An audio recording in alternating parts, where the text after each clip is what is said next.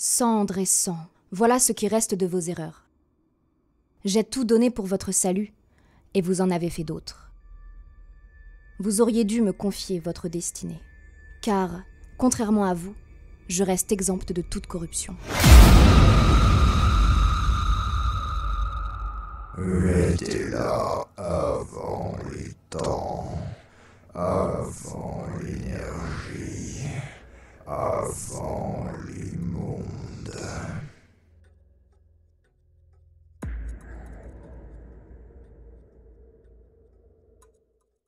Messieurs, c'est le matin, vous vous éveillez tous, chacun avec des sentiments différents à votre lever. Vous vous observez pendant quelques instants, vous étant réveillé globalement au même moment, vous vous demandez si quelqu'un vous a vraiment réveillé, ou si c'est juste que vous étiez tout simplement globalement synchronisé. En fait, vous n'êtes pas spécialement fatigué, la nuit a été relativement courte, juste parce que c'était récupéré de la journée avant et pas d'épreuves physiques particulières. Déjà paralysie du sommeil. Et Si. Qu'est-ce qu'il a, ce lige? Oh, je suis fait sauvagement coupé par le yokai qui hurle. Et Pardon. I'm so sorry. Là, c'était plus pour LOL, ce que j'ai et le repas le plus important de la journée. Petit déjeuner. Bien moi, étant donné que je me dis que là le truc doit pas encore se faire immédiatement, je vais tenter d'aller voir Fénant qui doit pas encore être tout ce qui est salle de procès, ce genre de choses, je suppose. Putain, même pas de petit déjeuner. Ah non, y a pas le temps. Rushby. C'est ça. Très bien, donc nous avons Lianine qui fait un Rushby fainéant. Rushby, voilà, c'est ça, très exactement. C'est le mec qui veut le faire en plaquage, quoi. Erok, qu'est-ce que tu fais? Est-ce que tu es team petit déjeuner ou team Rushby? Team d'amis. Team, je prends un bout de pain et je vais au procès de Lina. Ok. Enfin, oui, moi quand je dis petit déjeuner, c'est vraiment vite zef. Hein. Oui. Scrumch, je vais au procès. Je me réveille la tête à moitié dans le cul en mode mais putain. Le mec, il est dans Skyrim. Il a bouffé 8 kilos de venaison et il a ouvert son inventaire. Chou.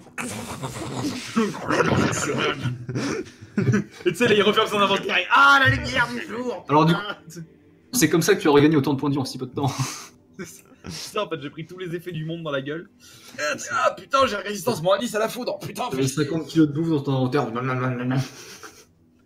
Et le pire, c'est que je l'ai fait tout en marchant quand même. Évidemment, C'est ça. Tu runner Skyrim, tu cales un wool et en même temps tu ouvres ton inventaire. Kezak et Rock, vous allez donc ensuite au procès. Lianine, tu vas d'abord, étant donné que tu as précisé, tu vas bien avant, voir Fénant tout simplement. Tu le croises alors qu'il va littéralement aux salles du procès, qui sont un peu en contrebas par rapport à la salle du conseil. Donc moi je fais Fénant, Oui. il se pourrait qu'on ait un souci. Comment ça? Eh bien, je pense que vous vous souvenez, toute l'histoire de rêve avec moi, en règle générale, ça a tendance à... Enfin, vous voyez. Oui. Et vous vous demandiez où était passé le livre de Linard, si je ne me trompe.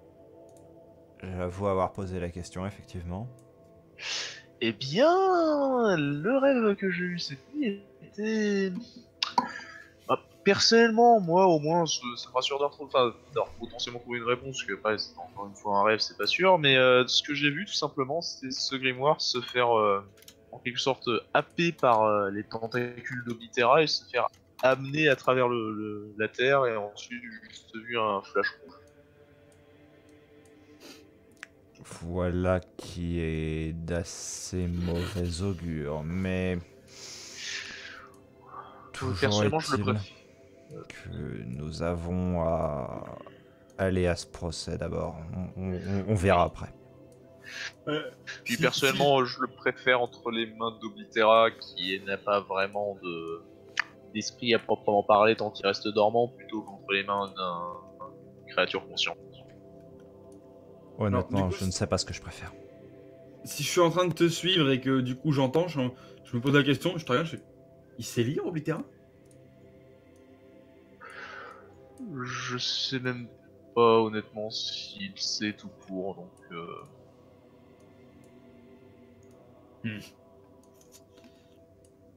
Et t'as dit ça dans tes rêves, tu dis? oui.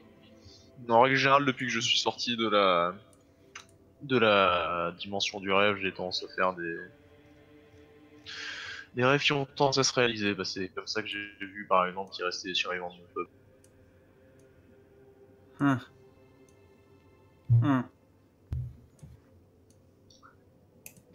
Moi aussi je fais des rêves. Et... j'aurais pas trop envie que ça se réalise. Ah bon? Qui était ce rêve si ce n'est pas trop indiscret? J'ai vu une Cini version adulte voler en plein milieu d'une plaine avec des ailes de flamme et elle a tiré plein de lignes de sang vers elle. Ça te paraît clair ou... Moi non plus, j'ai pas envie de voir ça. Parce que là... je me demande si on va pas la... je sais pas, je me demande si on va pas la transformer en un monstre et qu'elle va pas aller causer un massacre.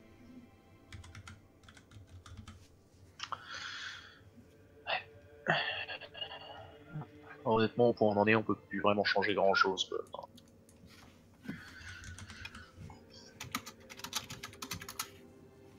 Enfin, je pense que tu vois où je veux en venir. De toute façon, ça se trouve, dans 3 jours, la capitale sera rasée alors.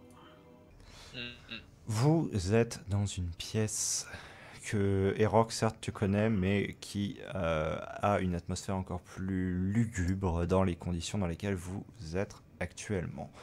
Seulement 2 braseros sont la source majeure de lumière de la pièce, les seules autres sources de lumière étant les petites torches disposées au pied des piédestaux sur lesquels sont placés les 3 juges.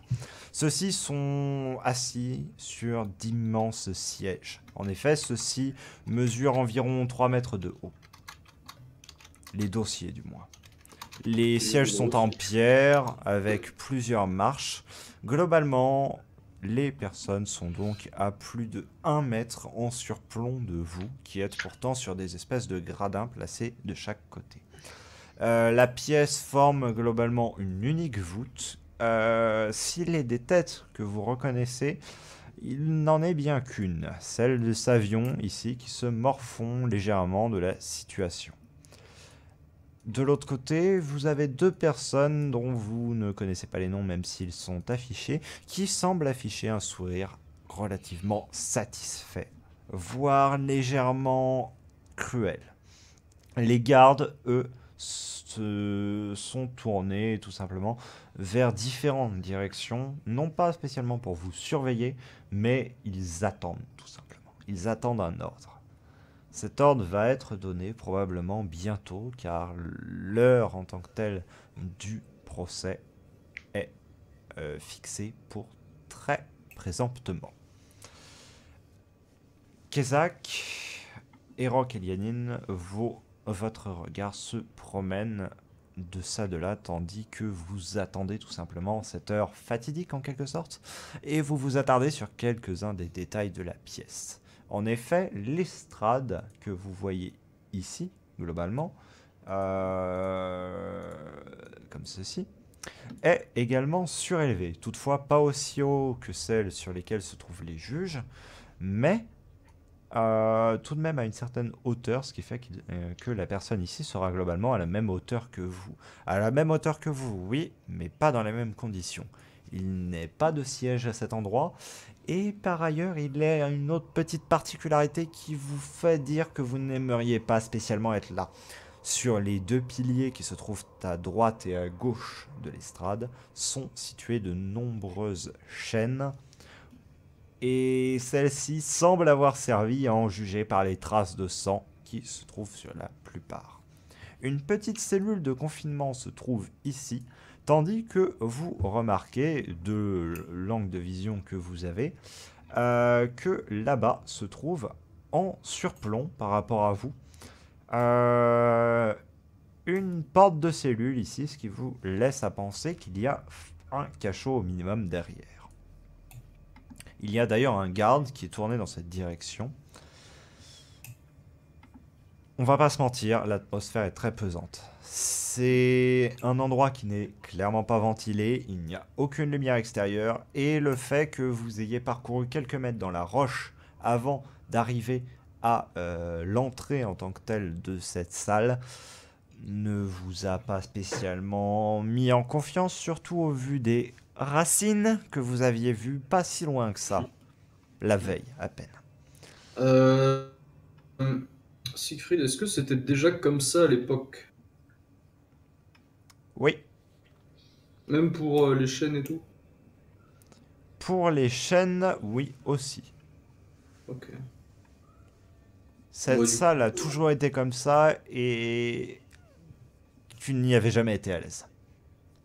Oui. Pour les rares fois où tu avais eu à y aller. Ouais, globalement, on va dire que j'ai toujours détesté cet endroit. Voilà. Savion semble partager le même sentiment, vu qu'il tapote avec une certaine nervosité un des pans de son siège, tandis qu'il regarde du coin de l'œil d'un regard presque mauvais, vous diriez, les deux autres personnes qui sont assises, qui elles se prélassent limite sur les sièges.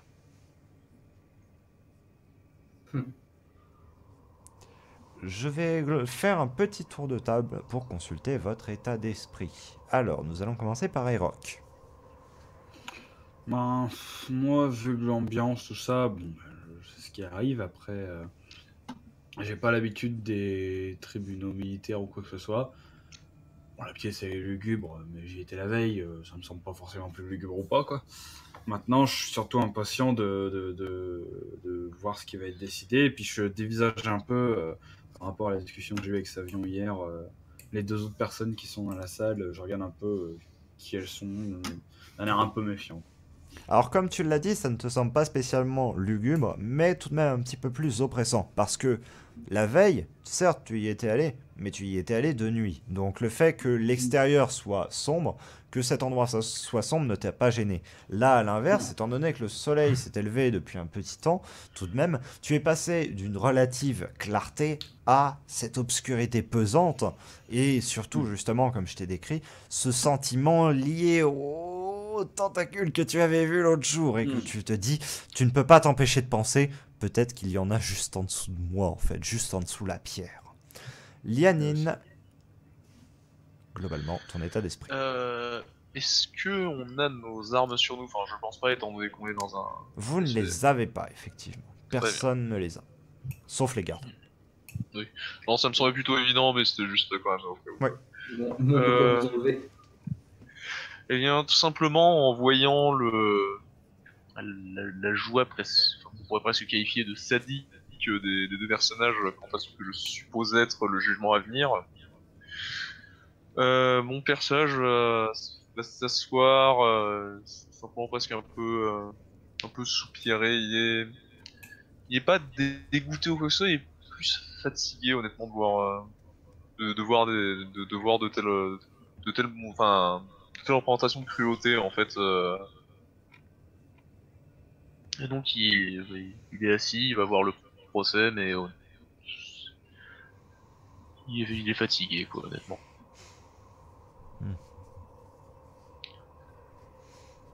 Très bien. Quant à toi, Kezak, même si tu m'as un petit peu décrit, je vais te demander une description légèrement plus complète. Globalement, je vais avoir l'air plutôt vénère au vu de la réaction de ces deux énergumènes. Et globalement, je me dis que ça ressemble pas vraiment à un procès en fait. Ça te semble effectivement plus être la parodie d'un procès en tant que tel qu'un véritable, effectivement. C'est ça. Un signe de main est fait et le garde qui se trouvait devant la cellule monte les escaliers. C'est qui a fait un signe de main? La personne qui est ici au centre. D'accord. Et vous Il me semble, voyez, d'accord. oui, Linar, des chaînes aux mains et aux pieds, poussées presque violemment vers le bas de l'escalier. Sous votre regard, il est emmené, il tient la tête basse jusque à l'endroit au centre de la pièce. Il est poussé sur les escaliers. Encore une fois, il tombe presque. Il est rattrapé, maintenu, et on le jette presque au moment où il atteint enfin l'endroit entre les deux piliers pour tout simplement l'accrocher avec 4 chaînes. 4 chaînes qu'on accroche aux chaînes en tant que telles qui sont déjà à ses mains et ses pieds. Il est blessé ou pas du tout? Il n'est pas blessé, mais il a l'air extrêmement fatigué, extrêmement inquiet, extrêmement angoissé. Vous voyant, il vous jette un regard presque désespéré pendant un bref instant, puis reconcentre son attention sur ce qu'il se passe devant.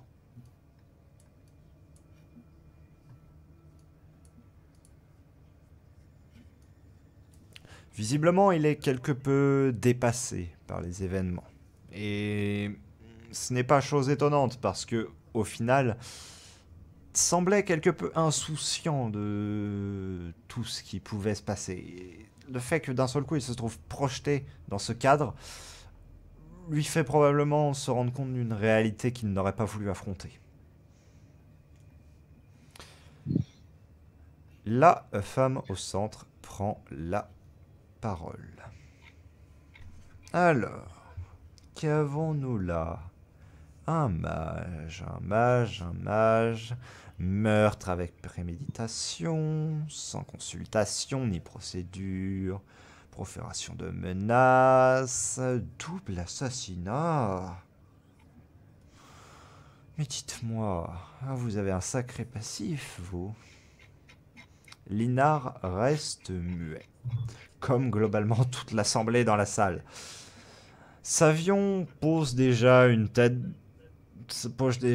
sa tête, son menton, très exactement, contre la paume de sa main, comme s'il savait déjà ce qui allait se passer ensuite.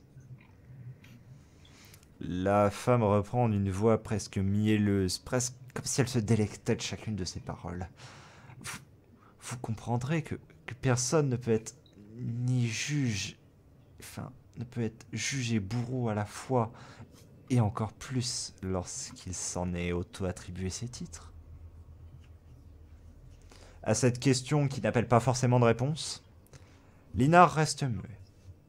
Et elle cède la parole à la personne au bout. Savion, lui, ne s'exprime pas. Eh bien, acceptez-vous ce qui vient d'être dit? Ou alors le niez-vous? D'une voix très faible, presque plaintive. Je n'ai pas voulu les tuer. Le niez-vous? Non, c'est moi qui l'ai... C'est moi qui l'ai fait.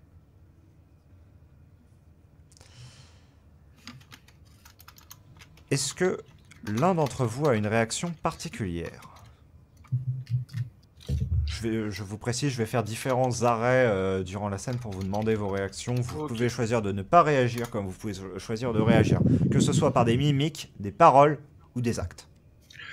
Tout simplement, en fait, vu que c'est quelque chose de visible, et à la base on l'avait fait en répété avec Yoka, mais dès qu'elle dit préméditation et procédure en liant ces deux mots à meurtre, mon personnage va un peu tiquer et va commencer à murmurer quelque chose à Erok. Ok. Et puis moi, en fait, plus elle parlait, plus je la regardais un air un peu mauvais. Puis bon, j'entends ce qu'il me dit, moi je murmure un truc pareil, je réponds. Mais moi, c'est surtout la nana, elle me revient pas là. Ouais, consultation, pardon, et procédure, on a un peu près l'invitation. Parce Moi, après, à moins que tu veuilles qu'on te dise ce qu'on a dit, ça aurait été plus logique. Mais Oui, bah ça prend. ouais, vas-y. Je veux bien que vous me le disiez. Après, bien évidemment, je ne vais pas en tenir compte pour la discussion entre la défense et l'attaque. Sans consultation, procédure de meurtre. Elle me dégoûte autant que lui.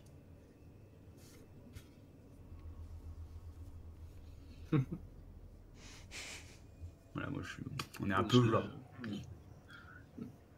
Et moi, Siegfried, c'est plutôt au moment où elle a parlé de qui peut s'attribuer le truc de juge, bourreau, Judge Dredd, là.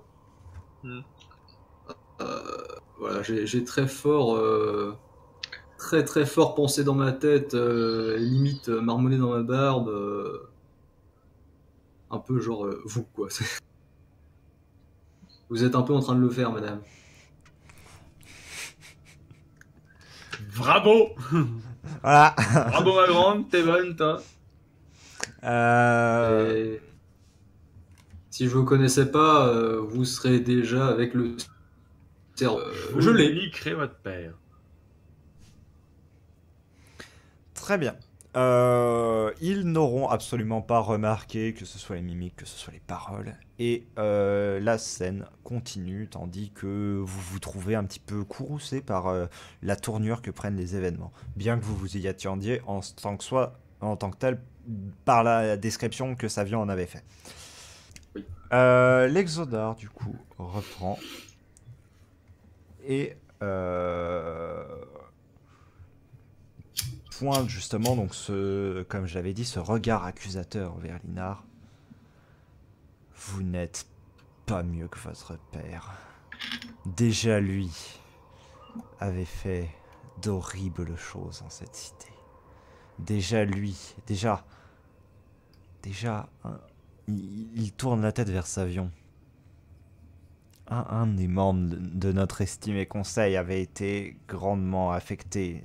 Vous voyez le visage de Savion se crisper vraiment, comme s'il était prêt à dégainer son épée, sauf qu'il ne l'a pas sur lui. Cette mention. L'Exodar détourne rapidement la tête, remarquant cela, et reporte son attention à nouveau sur Linar. Vous ne valez pas mieux, vous ne valez pas mieux que lui. On dit souvent que le sang ne fait pas tout, mais si, le sang porte la marque des traîtres et vous en êtes un.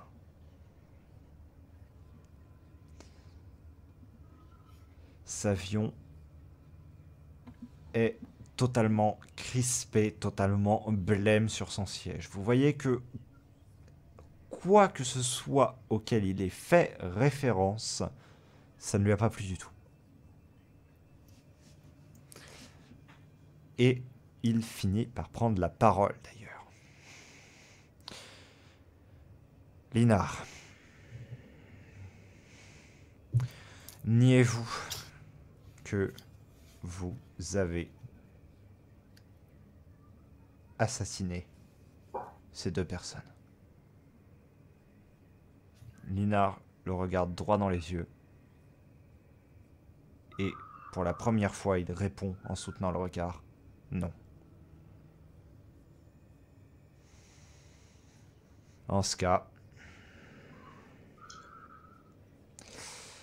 membre du conseil, je vous demanderai au moins une chose, et c'est mon droit en tant que membre honoraire de ce conseil, un report de la sentence en tant que telle. Que celle-ci soit prononcée, mais que celle-ci soit reportée. De manière à ce qu'un interrogatoire au moins puisse être mené et potentiellement un appel à ce jugement. L'accordez-vous? Les deux hochent la tête. Et la femme reprend la parole. Maintenant, parlons du jugement en tant que tel. Rendons notre verdict. Talwyn, je pense que nous sommes d'accord. Savion, je ne sais pas. Pour moi, une personne responsable de la prise de la vie de deux êtres ne mérite rien d'autre que la mort à son tour. Darwin, de même. Savions, je ne serais pas aussi définitif. Autrement dit, comme à chaque fois, vous vous défilez. Très bien. À 2 voix contre 1. Sa mort sera exécutée après votre recours. Très bien, la séance est levée. Et nous ne voulons plus avoir à entendre parler de cela. Une seconde. Qu'y a-t-il? 2 voix contre 2. Au nom de quoi? Savion. Je reprends mon poste. Savion te lance un regard. Techniquement, j'ai encore le pouvoir de vous redonner ça, mais... Bon, soit. Membre du Conseil, en ce jour, je fais valoir mes droits, en quelque sorte, et reprends à mon service Kezak. Si vous ne le connaissez pas, car, après tout, vous n'êtes là que depuis très peu de temps, quand bien même vous prétendez le contraire, eh bien sachez qu'il a été membre du Conseil pendant de nombreuses années, et qu'en vertu des nombreux services qu'il a rendus à ce royaume, je le déclare à nouveau membre de ce Conseil. Et effectivement, dans ce cas, à 2 voix contre 2, nous bloquons le procès et nous ferons appel. Oh, Keza qui Oh, pose les ses couilles sur la table, putain. Ah non, mais les couilles sur Oh la mon mine, hein. dieu, 100 kilos par boule. Des boulets de plomb sur la table. Là, je le regarde en mode... What? Dalwin et Yina restent littéralement abasourdis par la déclaration, une moue d'abord d'incompréhension, puis ensuite une moue de colère et de fureur lorsqu'ils comprennent ce qui vient de se passer. Il pose les couilles, mais il laisse en plus sa sueur de cul, hein. Là, je regarde droit de Kezak et Savion. Je chuchote à Lianine. Il a le droit de faire ça? Avec un rien. rictus, Yina s'en va et nous n'en avons pas terminé. Et puis moi, je elle regarde tout s'en ça. va. Je dis, ah, je sais pas. Dalwin fait de même. Tu me vois approcher un peu de Félan, il a le droit de faire ça. Savion, qui gardait une attitude très digne, très contenue, finit par littéralement s'effondrer. Ses épaules s'affaissent et il se tourne vers toi avec une tête qui indiquerait presque du regret.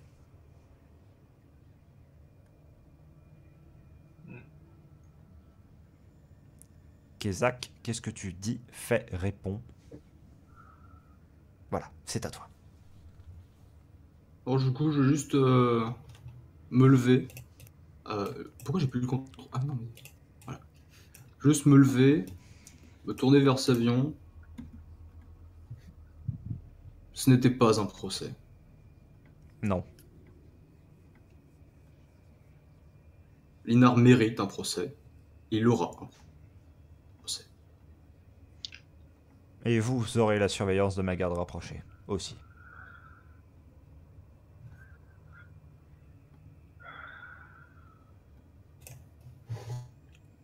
Très bien. Parce que on ne sait jamais ce qui rôde dans l'ombre. Je l'ai appris à mes propres frais. Faites attention à vous. Croyez-moi, si ça fait plus de 20 ans que je tiens ce poste, c'est que j'ai su prendre quelques dispositions.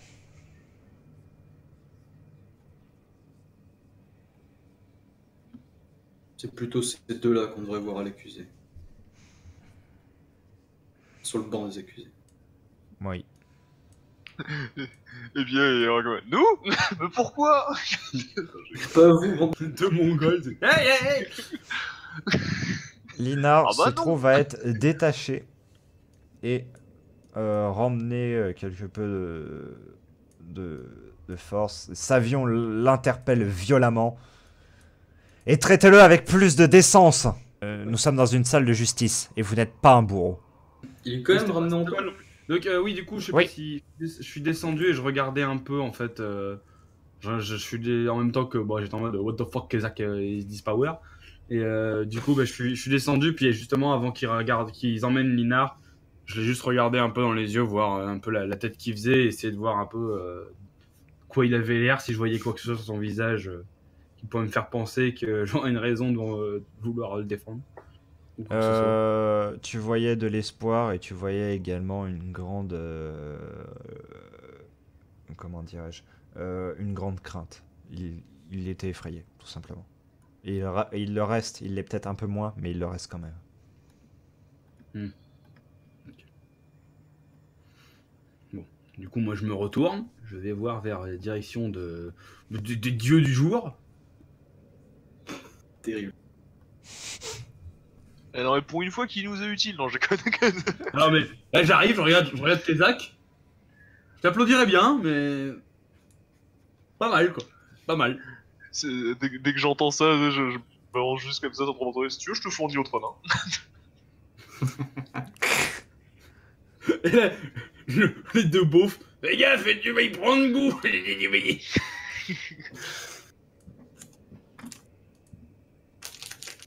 Tu crois que j'ai besoin d'aide pour soulever 20 kilos?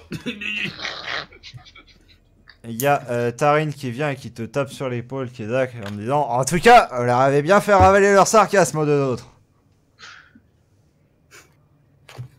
Mais tu nous avais pas dit aussi, toi?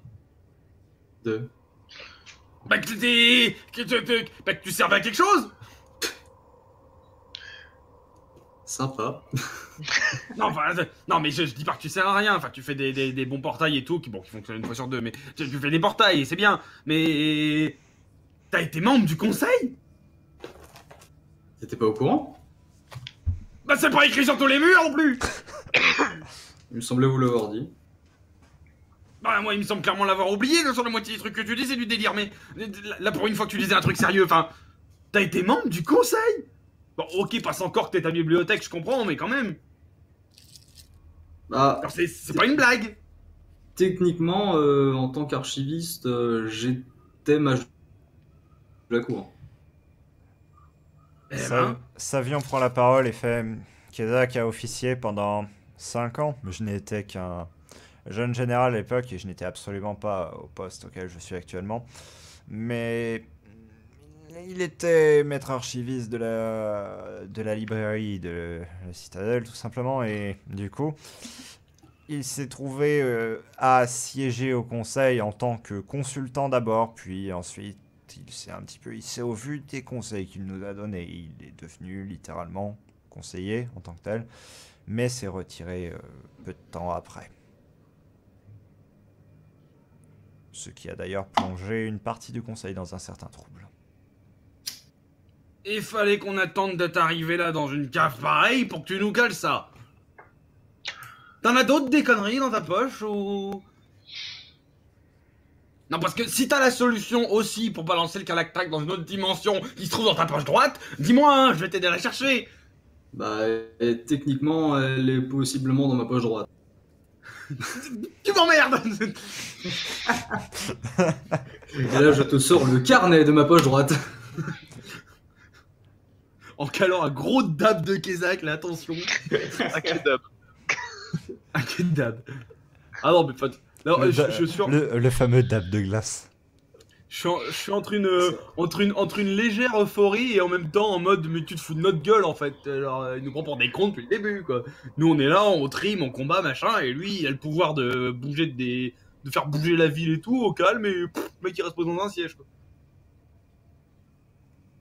Non parce que fallait le dire si t'étais un peu plus qu'un mage qui fait des trucs de mage. Quand même. Pour Non, te la parce que- faire courte, la vie politique m'intéressait peu.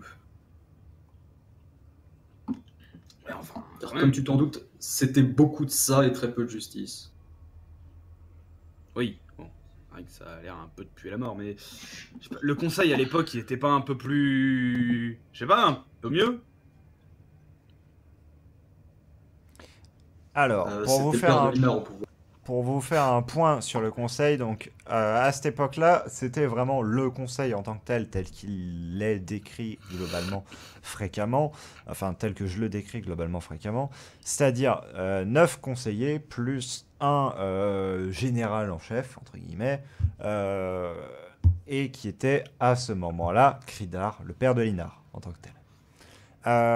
Savion faisait partie des conseillers, donc Kezak l'était aussi également. Il y avait quelques sièges qui étaient réservés aux trackers en tant que tels, donc notamment il y avait à cette époque-là en membre honoraire Yae notamment, qui siégeait à la plupart des réunions du conseil, et il y avait les autres qui étaient soit des notables, soit des généraux de guerre. Le truc, c'est que globalement, au fil des années, Kezak est parti, Yae est parti, la plupart des généraux s'en sont allés tout simplement parce qu'il y avait la guerre. Et on s'est retrouvé dans une situation où il y avait juste un général en chef, donc qui fut d'abord Cridar, puis qui s'est fait justement juger et exécuter pour ses crimes qui ont été commis par Savion en tant que tel. Et Savion a été élu pour reprendre sa place. Sauf que il s'est trouvé du coup dans ce conseil entouré de 9 notables, vraiment. C'était littéralement que des nobles, donc qui agissaient pour leurs propres intérêts, plus que pour les intérêts du peuple en tant que tel. Savion, étant donné son passé et les actions qu'il avait faites, avait le soutien d'une part du peuple et de l'autre de l'armée. Il a donc en quelque sorte fait un coup d'État, dans le sens qu'il était déjà à la tête, mais il a décidé de écarter les conseillers en tant que tels, leur laisser que des tâches entre guillemets subalternes, c'est-à-dire leur donner plus de poids dans la justice, dans d'autres domaines, dans l'économie, mais moins de poids dans la globalité des décisions politiques, étant donné qu'il les prend seul, conseillé tout de même par quelques personnes, dont de temps en temps Fénant quand il est là, Tarin qui est présent toujours à ses côtés. Le fait est que quand il a écarté les conseillers, concrètement, ça ne s'est pas fait sans problème. Et beaucoup de tentatives d'assassinat se sont produites au fil des années, qu'il a su globalement éviter jusqu'à maintenant. Et donc voilà la situation actuelle. De général en chef, il est passé au final à seul général, à diriger globalement une nation complètement désorganisée, éclatée, qui... Du coup, il a cédé des contrôles partiels à différents généraux qu'il savait de confiance, tandis que les notables, globalement, œuvrent pour sa chute sur tous les plans qu'ils peuvent et tentent toujours de l'assassiner assez régulièrement. C'est un putain de dieu, Savion, en vrai. Il est trop Voilà bon, ce mec. la situation politique actuelle. Il pèse carrément dans le game. Situation politique actuelle, lol c'est la merde.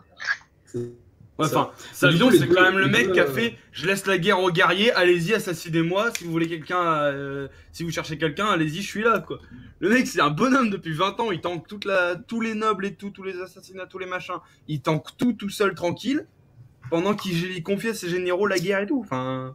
Le problème, en fait, pour les notables, justement, et c'est ça qui les freine vachement, c'est qu'il a le soutien du peuple. Et étant donné que le peuple, il y a des domestiques, il y a des aides, il y a tout ça qui se trouve en permanence dans le palais, faire une tentative d'assassinat quand tu ne peux pas corrompre quelqu'un à l'intérieur, c'est déjà plus dur. Et ça, associé au fait que justement, directement, dès qu'il y a eu les premières tentatives, il s'est muni d'une garde plutôt rapprochée, ainsi qu'il s'est entouré de personnes de confiance globalement. C'est pour ça que la plupart des tentatives contre lui ont échoué.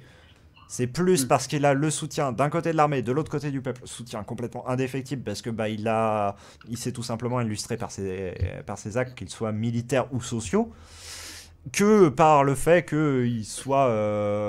il n'est pas seul, concrètement. S'il serait seul, il se serait complètement effondré. Oh, c'est stylé, putain. Et du coup, là, les deux qu'on a vus, c'était des notables. Oui, et du coup, anciens conseillers qui se sont fait écarter. Ok. Mais du coup, as conseiller, j'ai officier Cossin. Oui. En tant Ah, que conseiller en tant que tel, en tant que mage, tu y as été plus longtemps.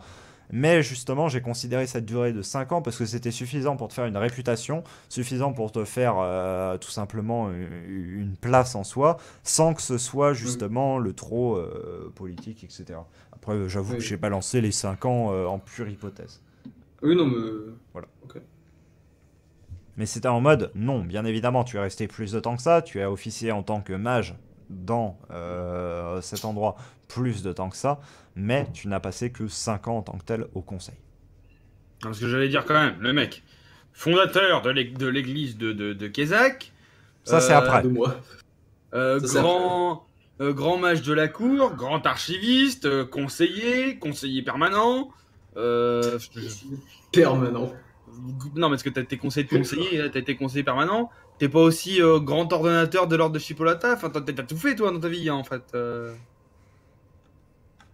Adorateur de Enzot. Distributeur de coups de bâton aussi, parce qu'on en parle peu, mais putain, à chaque fois ça marche. Ah voilà, t'imagines Faiseur de même pas le nombre portail, marcheur de rêve, parce que t'as réussi à passer à travers les murs. Voilà. Je suis orateur d'Azeroth aussi. Est-ce que t'as pas tout fait dans ta putain de vie? Mais voilà, t'imagines même pas le nombre de dalles de carrelage que j'ai pété en tapant. Je vais quand même m'excuser auprès de ces gens de lui attirer plus d'ennuis qu'il en a déjà. Oh, là, concrètement, ce n'est plus moi qui vais être la cible pendant un certain temps. Ça va être vous. Je vous souhaite de ne Et pas le Jen- rester trop longtemps en ville. Et il a Du déjà une moins, garde pas personnelle.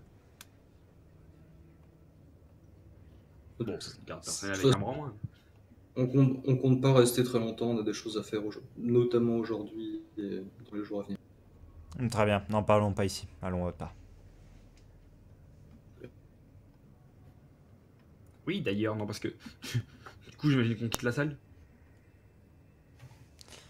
Il y a Parce que moi, Tarim qui tient son arbalète parce que faisant partie au final des gardes en tant que tel, il a pu garder son arme, qui jette des coups d'œil aux autres gardes de droite à gauche. On n'a pas que des amis ici. Sortons. Et puis du coup, moi, je suis en train de marcher, puis alors je sais pas si je suis à côté de Savion, pas loin, ou un truc comme ça. Savion passe, oui, tu n'es pas loin. Parce que du coup, en même temps, je parle, bon, pas non plus trop fort, mais je me dis, mais vu ce qu'on est en train de faire, on devrait pas avoir plus d'alliés que ça. Dans le doute, je vais passer devant toi, Solide. Enfin, Liani. Ouais. Je On peux sait bien jamais. intercepter un couteau de lancer. Un couteau dans l'ombre. C'est dans le doute. je me dis, Comment ça, plus de monde? Ben, c'est vrai qu'au final, c'est pas une super équipe pour sauver le monde. Peut-être, mais le fait est que on pourrait aller chercher des personnes sur le front, si on savait où était le front déjà, en soi, et à qui le confier que d'autres que les personnes qui ont découvert les choses en tant que telles. Vous êtes infiniment plus renseigné sur la chose en tant que telle que moi, et j'ai toute confiance en vous. Vous vous êtes suffisamment illustré au cours des derniers jours pour gagner ma confiance.